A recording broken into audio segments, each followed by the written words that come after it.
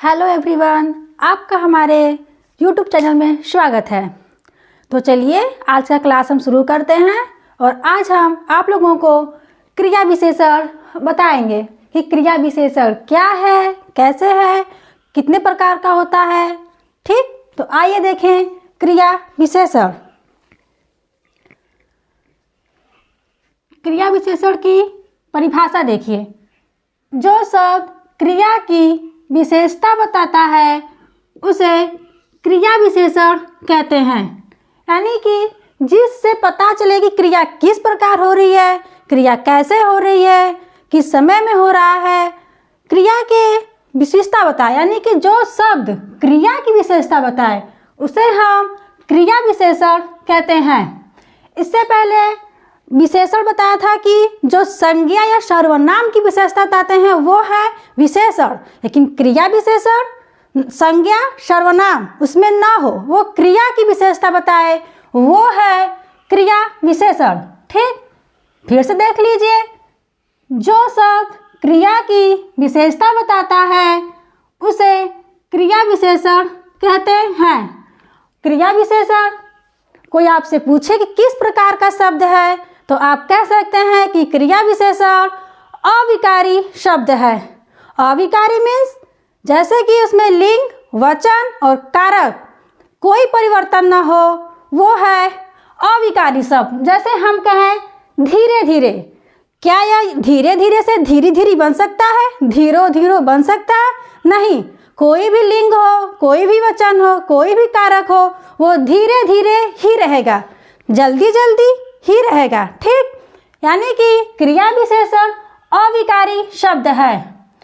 अब आइए देखें कि क्रिया विशेषण कितने प्रकार की होती है।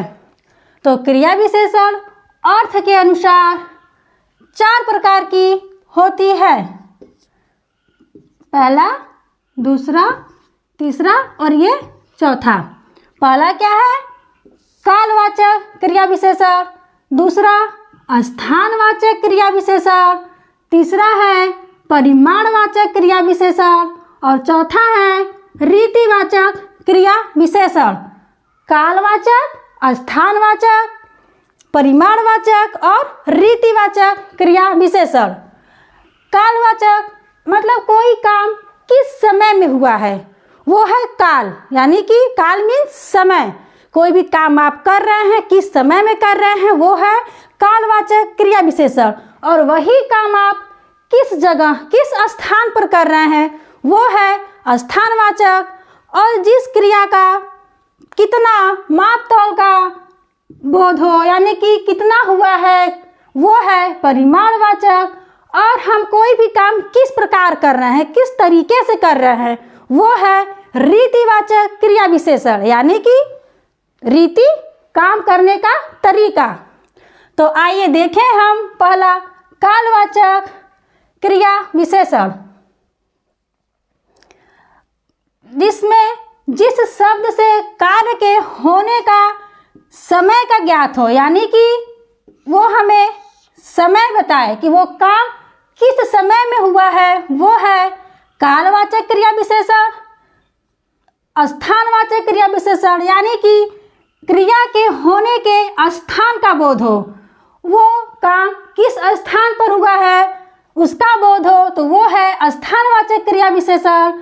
और परिमाणवाचक, जो शब्द क्रिया का परिमाण बताते हैं, माप तौल बताते हैं, कितना हुआ है, वो है परिमाणवाचक क्रिया विशेषण।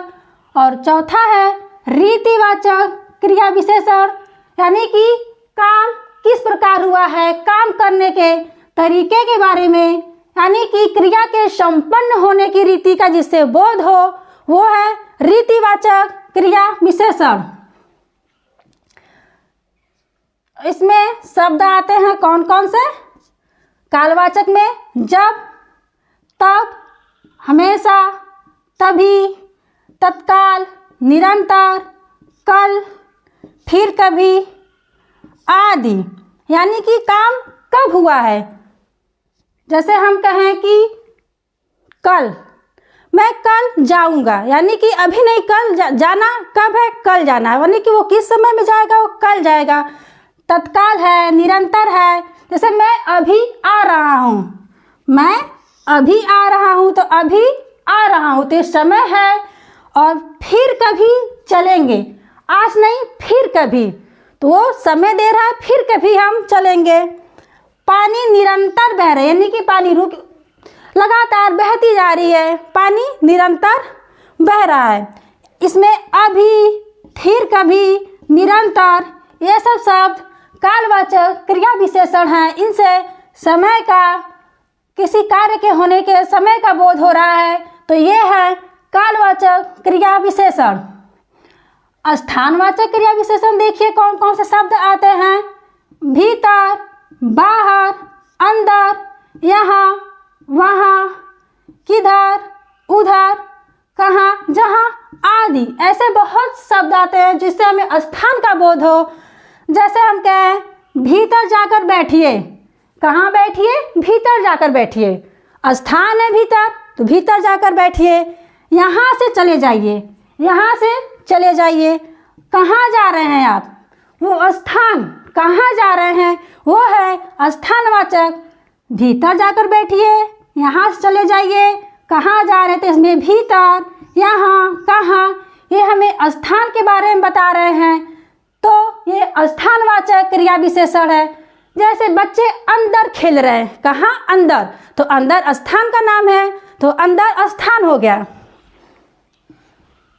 तीसरा है परिमाणवाचक क्रिया विशेषण में कौन कौन से शब्द हैं, आइए देखें।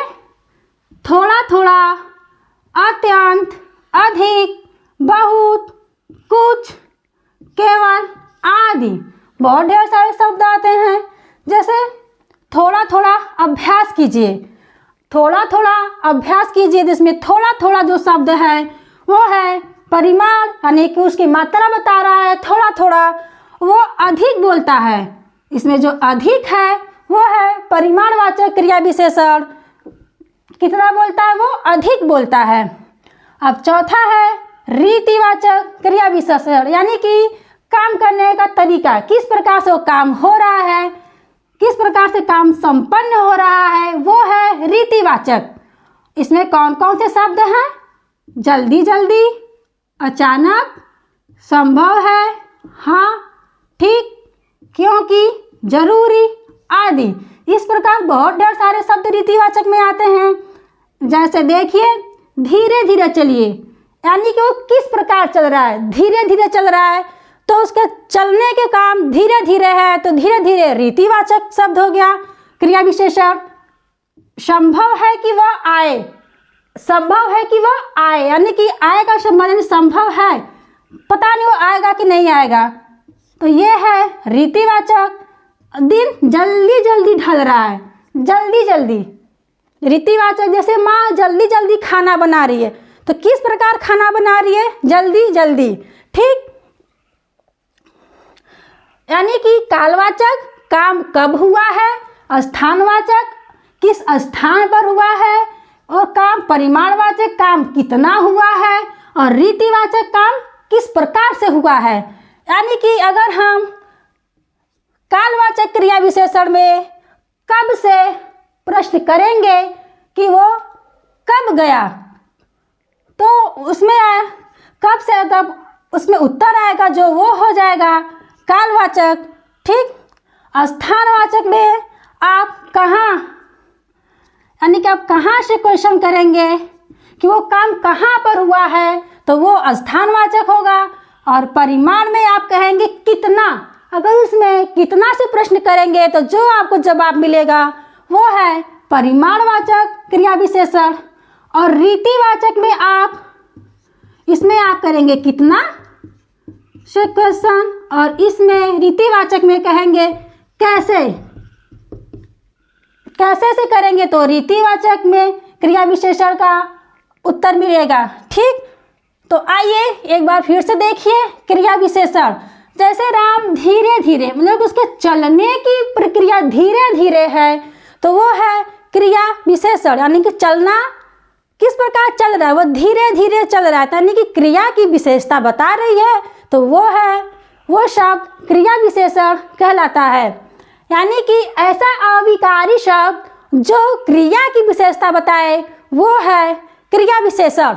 ठीक, जैसे हम कहें कि राधा सुंदर है, ठीक, राधा सुंदर लड़की है।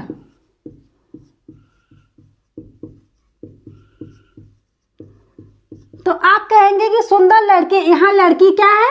यहाँ लड़की संज्ञा है, यानी कि ये संज्ञा की विशेषता बता रही है कि राधा सुंदर लड़की है, तो ये विशेषण होगा, यानी कि जिसमें संज्ञा या सर्वनाम की विशेषता बताई जाए वो विशेषण है। अगर यहीं पे हम बोले कि राधा सुंदर लिखती है,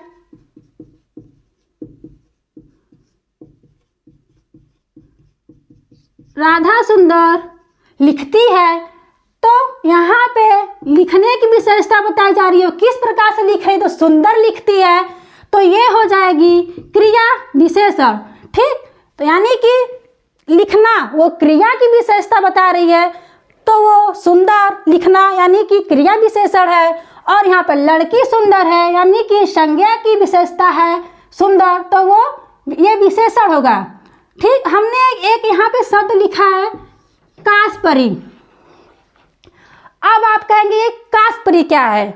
तो ये एक ट्रिक है जिससे आप क्रिया विशेषण के चारों प्रकार को याद कर सकते हैं। जैसे का से हो जाएगा कालवाचक क्रिया विशेषण, स से हो जाएगा स्थानवाचक क्रिया विशेषण, प से हो जाएगा परिमाणवाचक क्रिया विशेषण और री से हो जाएगा रीतिवाचक क्रिया विशेषण।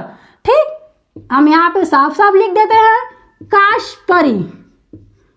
आप इससे क्रिया विशेषण के चारों प्रकार को याद कर सकते हैं। कास्परी से का से कालवाचक क्रिया विशेषण, श से स्थानवाचक क्रिया विशेषण, प से परिमाणवाचक क्रिया विशेषण और री से रीतिवाचक क्रिया विशेषण।